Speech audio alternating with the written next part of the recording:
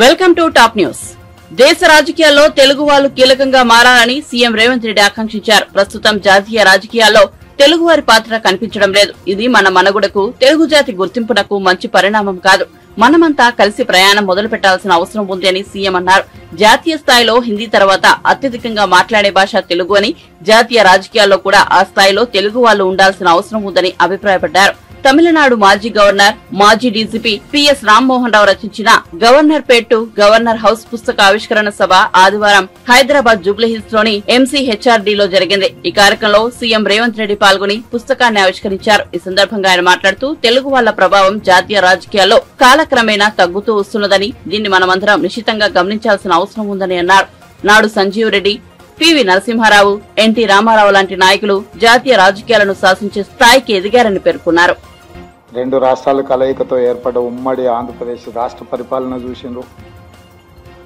69 తెలంగాణ ఉద్యమం, 72లో జయాంధ్ర ఉద్యమం, మళ్ళీ 96లో రెండవసారి తెలంగాణ ఉద్యమం, అదేవిధంగా తెలంగాణ రాష్ట్ర అవతరణ. దాదాపుగా ఈ 76 సంవత్సరాలలో జరిగిన వివిధ పరిణామ క్రమాలను అన్నింటినీ అవగాహన చేసుకొని అనుభవం ఉన్న వాళ్ళందరూ కూడా ఇక్కడికి రావడం ఇది ఒక మంచి సందర్భం. తెలంగాణ రాష్ట్ర ప్రభుత్వం ఈ కార్యక్రమాన్ని, ముఖ్యంగా తెలంగాణ పోలీస్ అధికారులు ఈ కార్యక్రమాన్ని ఏర్పాటు చేయడాన్ని వారిని మనస్ఫూర్తిగా నేను అభినందిస్తున్నాను.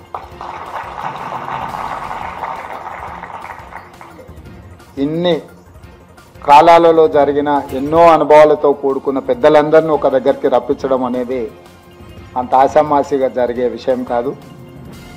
రామ్మోహన్ రావు గారి పుస్తక ఆవిష్కరణలో ఇంతమంది రావడం అంటే వారి పట్ల ఉన్న మీకు మనందరికీ ఉన్న గౌరవం, అదేవిధంగా వారి అనుభవంలో ఈ రోజుకి మనందరికీ వారు చెప్పాలనుకున్న విషయాలు ఈరోజు ఇక్కడ మనందరం పంచుకోవడం అనేది ఒక మంచి అవకాశం. నాయకులకు పరిమితులు ఉంటాయి. ఎందుకంటే నాకు ముఖ్యంగా ఆ పుస్తకంలో ఏముందో నాకు తెలీదు. రచయిత గారు ఏం రాసినా అది వారి అభిప్రాయమే, నా అభిప్రాయం అయితే కాదు. వారి అభిప్రాయంతో ఏకీభవించవచ్చు, నేను విభేదించవచ్చు. ఆ పుస్తకాన్ని మొత్తం చదివిన తర్వాతనే నేను చెప్పగలను. ఎందుకంటే వారు ఉన్నతాధికారిగా, గవర్నర్గా, ముఖ్యంగా కాంగ్రెస్ పార్టీని దగ్గర నుంచి పరిశీలించి రాసిన చాలా అంశాలు, ప్రస్తావించిన అంశాలు అందులో ఉండొచ్చు. మేబీ కాంట్రవర్సీస్, లేకపోతే డిస్క్రీట్ ఆర్ ఇండిస్క్రీట్, అందులో ఏముందో నాకు తెలీదు.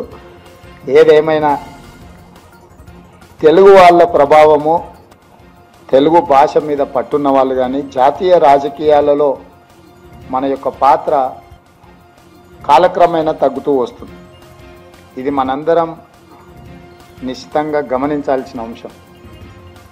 నాడు సంజీవ్ రెడ్డి గారు, పివి నరసింహారావు గారు, ఎన్టీ రామారావు గారు జాతీయ రాజకీయాలలో వారి ప్రభావాన్ని చూపించడమే కాకుండా జాతీయ రాజకీయాలను శాసించే స్థాయికి మన తెలుగు బిడ్డలుగా వాళ్ళు రాణించడం మనందరికీ గర్వకారణం. వారి తరం తర్వాత మళ్ళీ జైపాల్ రెడ్డి గారు, వెంకయ్య నాయుడు గారు ఒక స్థాయి వరకు నిలబెట్టే ప్రయత్నం చేసింది. ఈరోజు మేము ఎప్పుడైనా ఢిల్లీకి వెళ్తే అసలు ఎవరిని కలవాలనో, ఎవరు మన వాళ్ళు ఉన్నారో, ఏదైనా అంశం రాష్ట్రానికి సంబంధించిందో, మన ప్రాంతానికి సంబంధించిందో, జాతీయ స్థాయిలో ఏదైనా అంశాన్ని ప్రస్తావించాలన్నా పార్లమెంటరీ వ్యవస్థలో మాట్లాడే వాళ్ళు కానీ, లేకపోతే మేము వెళ్ళి కలిసి అదని విజ్ఞప్తి చేద్దామన్నా అక్కడ ఎవరు కనిపించడం లేదు, వినిపించడం లేదు.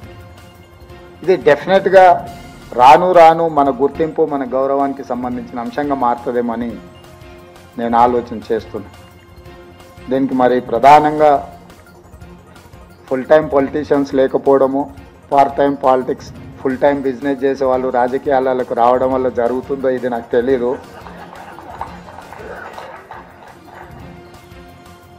భాషా భావము అసలు ఒకటి ఉంటుంది అనేది కూడా రాజకీయాలలో చర్చించుకోవడం చాలా ఆశ్చర్యంగా ఉండే పరిస్థితులు వచ్చినాయి.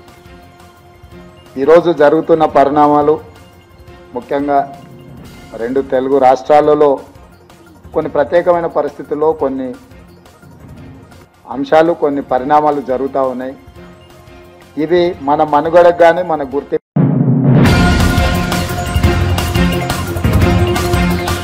ప్రముఖ పొలిటికల్ వ్యూహకర్త ప్రశాంత్ కిషోర్ ఏపీ ఎన్నికలపై సంచలన వ్యాఖ్యలు చేశారు. హైదరాబాద్ లో పత్రికా కాంక్లేవ్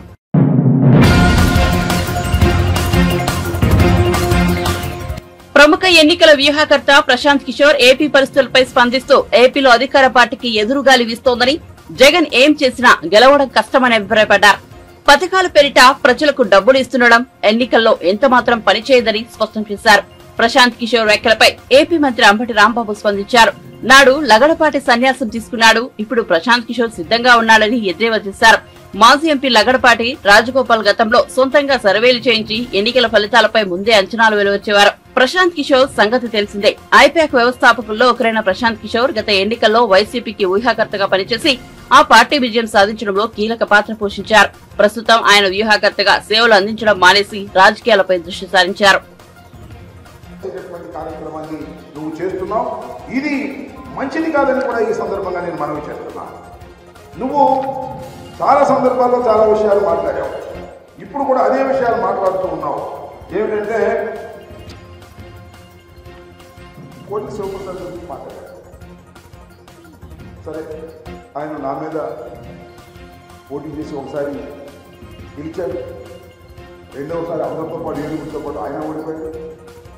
ఎస్, ఇక్కడ నేను మనం చేస్తున్నా రాష్ట్ర ప్రజానీకాన్ని, పలనాడు ప్రజానీకాన్ని మనస్ఫూర్తిగా అడుగుతున్నా, కోడెల శివప్రసాద్ గారు ఆత్మహత్య చేసుకోవడానికి, మరణించడానికి ఎవ్వరు కారణం? వైఎస్ఆర్ కాంగ్రెస్ పార్టీనా, లేదు అంబటి రాంబాబు గారా, తెలుగుదేశం పార్టీనా, నువ్వా? ఒక్కసారి ఆలోచించబడి మనం. ఎందుకంటే కేవలం కోడెల శివప్రసాద్ గారి మరణానికి ప్రధానమైన కారణం నువ్వు, నారా చంద్రబాబు నాయుడు గారు. ఎందుకంటే కోడెల శివప్రసాద్ గారు చనిపోక ముందు కూడా ఆత్మహత్యా ప్రయత్నం చేస్తున్నారు. ఎందుకు ఆత్మహత్యా ప్రయత్నం చేస్తున్నారు? కోడెల శివప్రసాద్ లాంటి సీనియర్ పొలిటీషియన్ ఓటమి పాలైతే ఎదురు కూడా ఇవ్వలేదు కదా నువ్వు. ఆ కుటుంబాన్ని పక్కన పెట్టాలని నిర్ణయించావు కదా. కోడెల శివప్రసాద్ని పక్కకు నెట్టాలని నిర్ణయించుకున్న తర్వాత ఆ బాధ పడలేక మానసికంగా ఒకటికి 2 సార్లు వీళ్ళు కలుసుకోవడానికి ప్రయత్నం చేసిన వారి కుటుంబాన్ని కానీ వారిని కానీ పక్కకు నెట్టేసినటువంటి దుర్మార్గుడు నువ్వు. అందువల్లే ఆయన మానసికంగా కుంగిపోయి ఆత్మహత్యా ప్రయత్నం చేసుకుంటే వీళ్ళు అడిగారు కదా. ఎవరు పత్తిపట్టి పుల్లారావు కూడా వీళ్ళు అడిగారు, ఏమంటే ఆత్మహత్య చేసుకోవడానికి ప్రయత్నం చేశాడు, సేవ్ అయ్యాడు, ఆసుపత్రిలో ఇల్లు పలకిద్దామంటే ఆ దుర్మార్గుడిని పలకరించద్దు, ఆ దుర్మార్గుడికి నాకు పడదు అని చెప్పి ఆ మాట ఆయనకి చేరవేస్తే మరింతగా కుంగిపోయి గచ్చంతరం లేని పరిస్థితుల్లో నేను ఒకటి మనం చేస్తున్నా, కోడెల శివప్రసాద్ అనేటువంటి వ్యక్తి రాజకీయవేత్త, భయపడేవాడు కాదు, శత్రువులకు భయపడేవాడు కాదు, శత్రు రాజకీయ పక్షానికి భయపడేవాడు కాదు. కానీ నీకు భయపడ్డాడు. నీ తత్వం వలన, నీ నిరాదరణ వల్ల భయపడి ఆత్మహత్య చేసుకుంటే దాన్ని కూడా సొమ్ము చేసుకునే కార్యక్రమం. కోడెల శివప్రసాద్ మరణానికి చంద్రబాబు వైసీపీ కారణం అని మాట్లాడుతున్నారయ్యా. వైసీపీ కారణం అనుకుందాం కదా. వైసీపీ కారణం అయితే ఎంత సింపతి వస్తుంది. మరి వాళ్ళ కుటుంబంలో వాళ్ళ అబ్బాయికో వాళ్ళ అమ్మాయికో టికెట్ ఇవ్వచ్చు కదా. ఎందుకు పక్కన పెట్టావు నాకు అర్థం కాలేదు. కక్ష ఇంకా పోలేదు నీకు. కోడెల శివప్రసాద్ మరణించినా కూడా కోడెల శివప్రసాద్ మీద కక్ష నీకు పోలేదు కాబట్టి వారి కుటుంబంలో ఎవరికి రాజకీయ భవిష్యత్తు లేకుండా అణిచివేయడానికి ప్రయత్నం చేసినటువంటి దుర్మార్గుడివి, నీచుడివి. ఇది రాష్ట్ర ప్రజానీకం తెలుసుకోవాలి, ముఖ్యంగా ఈ పలనాడు ప్రజలు తెలుసుకోవాలని కూడా ఈ సందర్భంగా మనం ఇలా చీట్లే ఇలా కోసం చేస్తాం. అంతేకాదు, మా శ్రీకృష్ణదేవరాయలు గారిని చేర్చుకుంటే ఏమన్నావు? ఆయన తులసి మొక్కంట మొన్నదాకా గంజాయి వనంలో ఉన్నాడు, ఇప్పుడు తులసి వనంలో వెళ్ళాను. నువ్వు తులసి మొక్కవి, నీ తెలుగుదేశం పార్టీ తులసి మొక్క, మేము గంజాయి మొక్క. నాకు అర్థం కాల. నేను ఒక్క విషయాన్ని చెప్పాలి. ఇక్కడ లావు శ్రీకృష్ణదేవరాయలు గారి కుటుంబం ఎప్పటి నుంచో ప్రయత్నం చేస్తుంది పార్లమెంట్కి వెళ్ళాలని. మన నాన్నగారు కూడా కంటెస్ట్ చేసేది ముందు గుర్తుకుని ఉంటుంది. లక్ష్మీ పార్వతి పార్టీ వెళ్ళలేకపోయారు. తెలుగుదేశం టికెట్ ట్రై చేశాడేమో తెలియదు. ఎన్నో సంవత్సరాల నుంచి ఎన్నో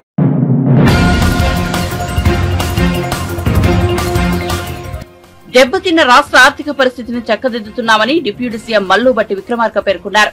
ఖమ్మం జిల్లా పర్యటనలో ఆయన మాట్లాడుతూ ఉద్యోగులందరికీ 1వ తేదీని జీతాలు ఇస్తున్నామని తెలిపారు. అస్తవ్యస్తంగా మారిన టీఎస్పీఎస్సీని ప్రక్షాళన చేశామని తెలిపారు. కేవలం 3 నెలల్లోనే 25,000 మంది నిరుద్యోగులకు ప్రభుత్వ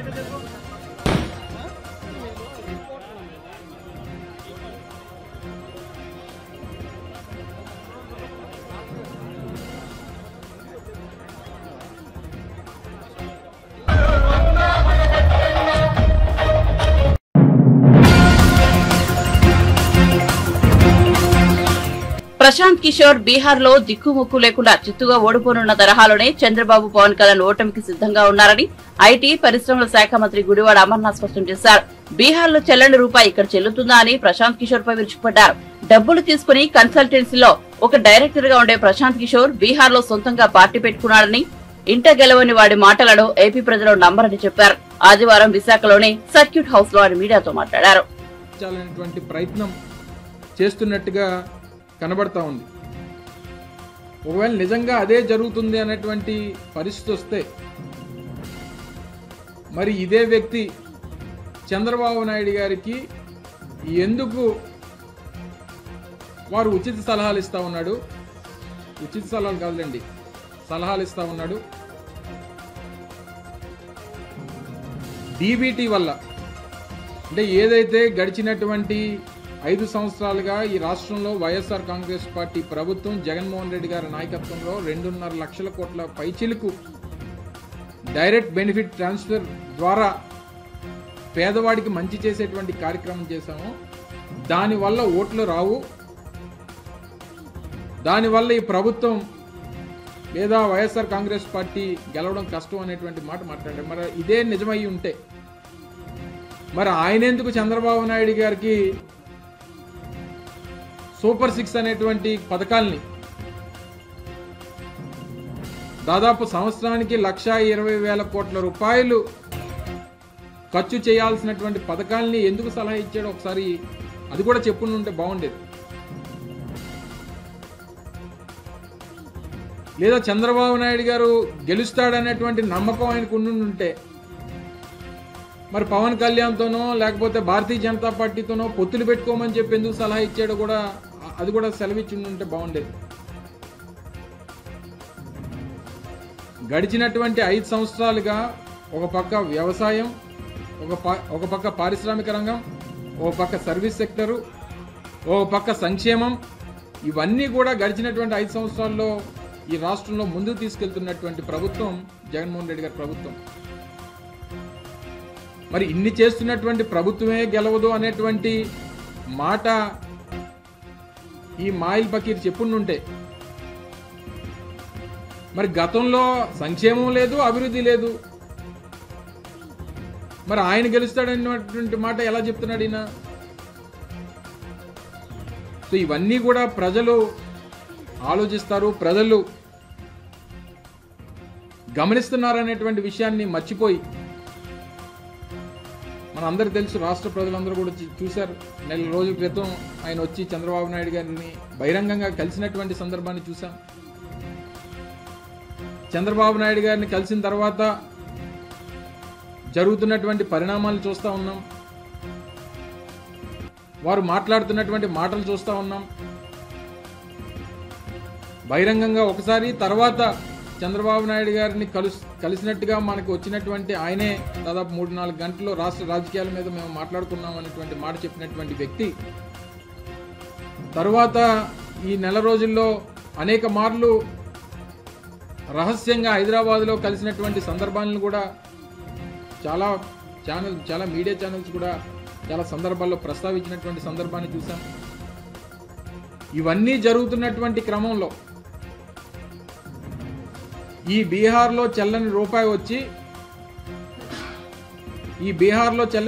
వచ్చి ఇక్కడ రూపాయలు సంపాదించుకోవాలనేటువంటి ప్రయత్నం కనబడతా ఉంది. దాంట్లో భాగంగానే ఈ రకమైనటువంటి స్టేట్మెంట్స్ అన్ని కూడా చేస్తున్నట్టుగా ఈ రాష్ట్ర ప్రజల తాలూకా అభిప్రాయం అనేటువంటిది తెలియజేస్తా ఉన్నా. ఒక పీకే సరిపోలేదని ఇంకో పీకేని తెచ్చుకున్నాడు చంద్రబాబు నాయుడు. ఒక పీకే సరిపోలేదని ఇంకో పీకేని తోడు తెచ్చుకున్నాడు. పీకే 1, పీకే 2.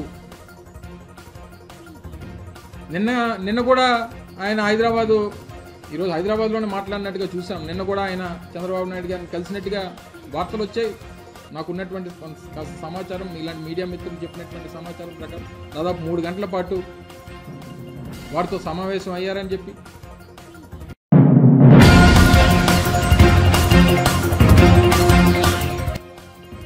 ఏ ప్రతిపాదన నియోజకవర్గానికి 3,500 ఇళ్లు ఇస్తారో ప్రజలకు సీఎం రేవంత్ రెడ్డి సమాధానం చెప్పాలని బీజేపీ జాతీయ ప్రధాన కార్యదర్శి ఎంపీ బండి సంజయ్ డిమాండ్ చేశారు. ఆదివారం కరీంనగర్ జిల్లా హుజూరాబాద్ లో ఆయన పర్యటించారు. పలు వార్డుల్లో ఎంపీ ల్యాడ్స్ నిధులతో చేపట్టిన అభివృద్ధి పనులను ప్రారంభించారు. పోరాటాలు తాము చేస్తే అధికారం కాంగ్రెస్ పార్టీ దక్కించుకుందని వ్యాఖ్యానించారు. 3,500 ఇళ్లను ఇంద్రమిళ్లను ఇస్తున్నారట. ఏ ఇల్లు కొత్త గట్టించిస్తారా, లేకుంటే ఆల్రెడీ గత ప్రభుత్వము క్వాలిటీ లేకుండా తూతూ మంత్రంగా కట్టిన డబుల్ బెడ్రూమ్లో ఇస్తారా? ఇవి కేంద్ర నిధులతోని ఏర్పడిన ఇండ్లు అవ్వండి కూడా.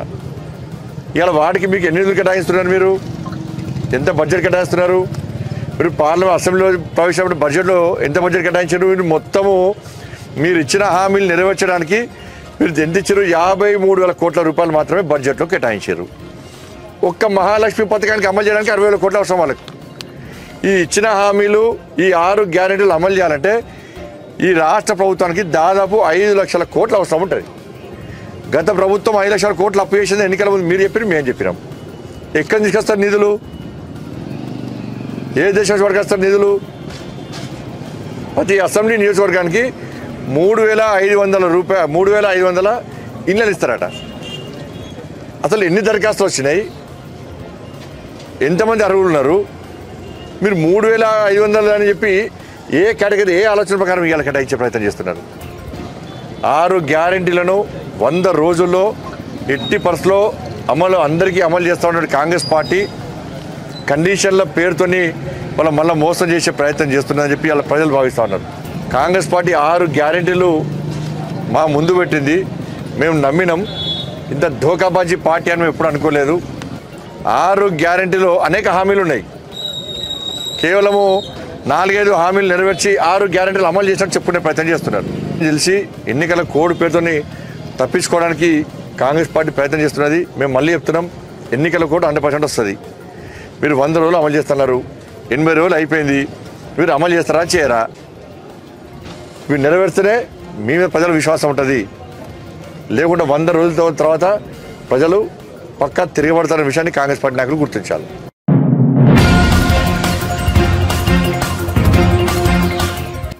సరస్వతి పవర్ పేరిట జగన్, భారతిరెడ్డి భారీగా దోచేశారని టీడీపీ నేత ఆనం వెంకటరమణారెడ్డి ఆరోపించారు. సరస్వతి సిమెంట్స్ కు అనుమతి రాకముందే లైమ్ స్టోన్ అనుమతులు ఇచ్చేశారని పేర్కొన్నారు. వైఎస్ఆర్ ముఖ్యమంత్రిగా ఉన్న సమయంలో జగన్ అడ్డగోలుగా అక్రమాలకు పాల్పడ్డారని మండిపడ్డారు. వాళ్ళు చెప్తుంటారు, కడిగిన ముత్యం, మా అన్న కడిగిన ముత్యం లాగొస్తాడు.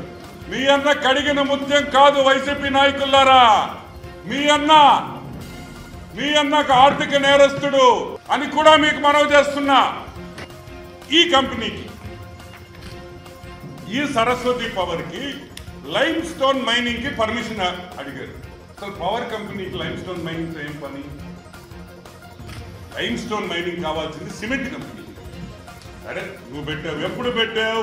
12/6/2008 లైమ్ స్టోన్ మైనింగ్ కి పర్మిషన్ అడిగింది Saraswati power. YS Bharat director permission పెడితే ఆ రోజు మెమరాండమ్ ఆఫ్ ఆర్టికల్స్ కానీ ఆర్ఓసీలో కానీ సిమెంట్ ఫ్యాక్టరీ పెట్టే పర్మిషన్ కూడా ఆ రోజు సరస్వతి పవర్కి లేదు. ఎప్పుడు వచ్చింది? నెల తర్వాత.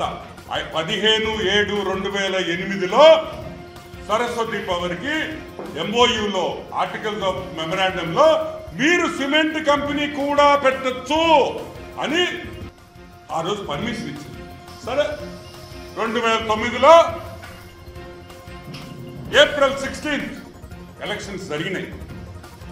2009లో April 16th ఎలక్షన్ జరిగితే మే నెల 16వ తేదీ రిజల్ట్స్ డిక్లేర్ అయ్యి కాంగ్రెస్ పార్టీ గెలిచింది, వైఎస్ రాజశేఖర రెడ్డి ముఖ్యమంత్రిగా అవుతున్నాడని ఆ రోజు డిక్లేర్ అయిన తర్వాత కరెక్ట్ గా 2 రోజుల్లో రిజల్ట్స్ వచ్చిన 2వ రోజుకి జీవో నంబర్ 107 అంటే ఈ మైనింగ్ కి పర్మిషన్ ఇచ్చి ఈ మైనింగ్ లీజ్ ఇచ్చారు. కరెక్ట్ గా ఎలక్షన్స్ అయిన 2వ రోజు 2 days, ఒక్క రోజు లేట్ల ఆ రోజు మైనింగ్ లైసెన్స్ ఇచ్చిన రోజుకి వైఎస్ రాజశేఖర రెడ్డి ముఖ్యమంత్రి కూడా కాదు, ఆయన లైసెన్స్ ఇచ్చిన 2వ రోజుకి ముఖ్యమంత్రిగా ప్రమాణ స్వీకారం చేశారు. అంటే ఏమంటారని అడుగుతున్నా, మీ డాడీ మా వైఎస్ఆర్ ఎలక్షన్లు గెలవంగానే పక్క రోజు జీవో నంబర్ 107 ఇచ్చేసి 1500 ఎకరాలు మైనింగ్ లీజ్ ఇస్తారా అని మేము అడుగుతున్నాం. 515.8 ఎకరాలు మైనింగ్ లీజ్ ఇస్తారా అని నేను అడుగుతున్నా. ఎందుగా జైల్లో వేసింది మిమ్మల్ని? ఊరికేనా? ఇటువంటి పిచ్చి చేష్టాలు చేసి ఆర్థిక నేరాలు చేసి అడ్డగోలుగా దోసుకుంటే మిమ్మల్ని జైలుకి పెట్టారు. నువ్వు తప్పు చేస్తే జైల్లో వేశారు. పాపం రాజశేఖర రెడ్డి బిడ్డ ఫుడ్కు డబ్బులు లేవు, రోజు ఉప్మా తింటున్నాడు. పాపం మా పెద్ద ఆయన సీఎం అయ్యాడు. సరే ఓకే, అక్కడ లైమ్ స్టోన్ మైనింగ్ రాయల్టీ ఎంత తెలుసా? టన్నుకి ఎంత ఉంటుంది రాయల్టీ? 5 రూపాయలు. 5 రూపాయలు. సెస్ ఎంత తెలుసా? గవర్నమెంట్ సెస్ దాని మీద 3 రూపాయలు. ఈ భూములు ఏది తీసుకున్నారో ఈ భూములకి రెంట్ ఎంత తెలుసా? హెక్టార్కి 200 రూపాయలు సంవత్సరానికి. 2.5 ఎకరాకి సంవత్సరానికి 200 రూపాయలు ఫ్రీగా ఇచ్చుకోండిరా. ఎందుకు ఈ గోళ మనకా? ఊరికే ఇచ్చుకోండి. ఏంది దోపిడీ అని అడుగుతున్నాం.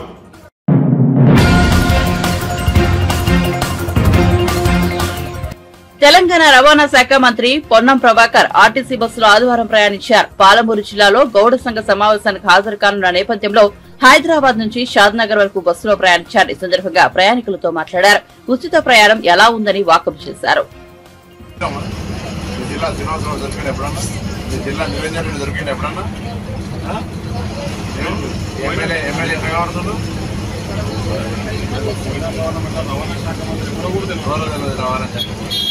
ఇప్పుడు మనం తెలుసు కదా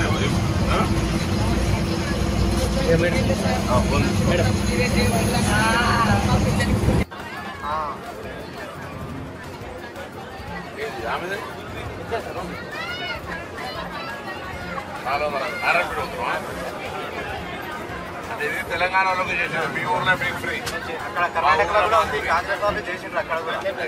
ఎందుకంటే ఈ అందరూ చేస్తే మళ్ళీ పొద్దున ఆంధ్రప్రదేశ్ ఇంకోటి కానీ తిరుగుతారు కదా మళ్ళీ ఎందుకంటే ఇబ్బంది పడకుండా. ఇటువంటి బస్సులు కూడా కొత్తగా కొంటున్నాం. బస్సులు 3000 బస్సులు కొంటాం. ఎందుకంటే ఇంతకుముందు ఇట్లా బస్సు కూడా ఉండకపోతుంటే 230 అంటే ఒక రోజు 3 బరాబర్.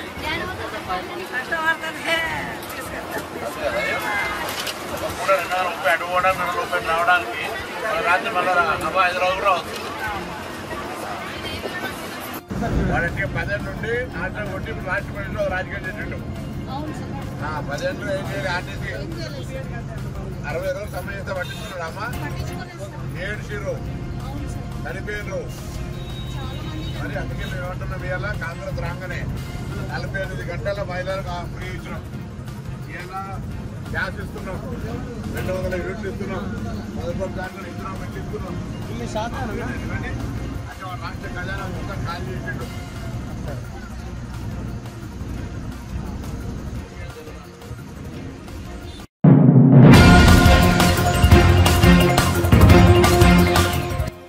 3 రోజుల క్రితం రాజేంద్ర నగర్ మిలీనియం పాఠశాల విద్యార్థులకు ఎక్స్ వేదికగా ఇచ్చిన మాటను బీఆర్ఎస్ కార్యనిర్వాహక అధ్యక్షుడు కేటీఆర్ నిలబెట్టుకున్నారు. తమ పాఠశాల వార్షికోత్సవానికి రావాలని విద్యార్థులు ఎక్స్ లో కేటీఆర్ ను కోరారు. తనకు మరో షెడ్యూల్ ఉన్నప్పటికీ ఇంత అద్భుతమైన ఆహ్వానం పంపిన చిన్నారుల కోసం వస్తారని ఆయన హామీ ఇచ్చారు. ఆ మేరకు ఆదివారం పాఠశాలకు వెళ్లి కార్యక్రమానికి హాజరయ్యారు. తనను ప్రత్యేకంగా ఆహ్వానం పంపిన చిన్నారులతో కాసేపు ముచ్చటించారు. తమ విద్యార్థుల కోరికను మన్నించి ఈ కార్యక్రమానికి కేటీఆర్ హాజరు కావడంపై పాఠశాల యాజమాన్యంతో పాటు విద్యార్థుల తల్లిదండ్రులు ధన్యవాదాలు తెలిపారు.